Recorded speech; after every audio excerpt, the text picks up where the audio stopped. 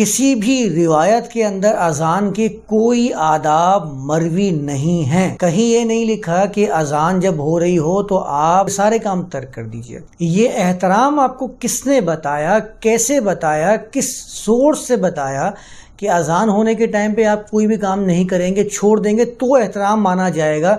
तो इसका मतलब ये हुआ कि रोड पर चलने वाली जितनी गाड़ियां हैं वो गाड़ियां चलाना छोड़ दें, आसमान पर उड़ने वाले जहाज़ वो जहाज़ उड़ाना छोड़ दें, और जितनी मशीनरी काम कर रही है, जितनी चीज़ें काम कर रही हैं, उनको ऑपरेट करने वाले अपने कामों को छोड़ दें, तर्क कर दें, वरना वो अज़ान के एहतराम के ख़िलाफ़ गुमान किए जाएंगे कि ये ख़िलाफ़ अज़ान काम कर रहे हैं, ख़िलाफ़ एहतराम काम कर रहे हैं। अज़ान का कोई एक लफ्ज़ ऐसा बता दें जिसके तर्जुमे के अंदर ये चीज़ आती हो कि सारे काम छोड़ दो, तर्क कर दो। जिस मकसद के लिए वो अज़ान दी जा रही है उस मकसद को पूरा कर रहे हैं आप।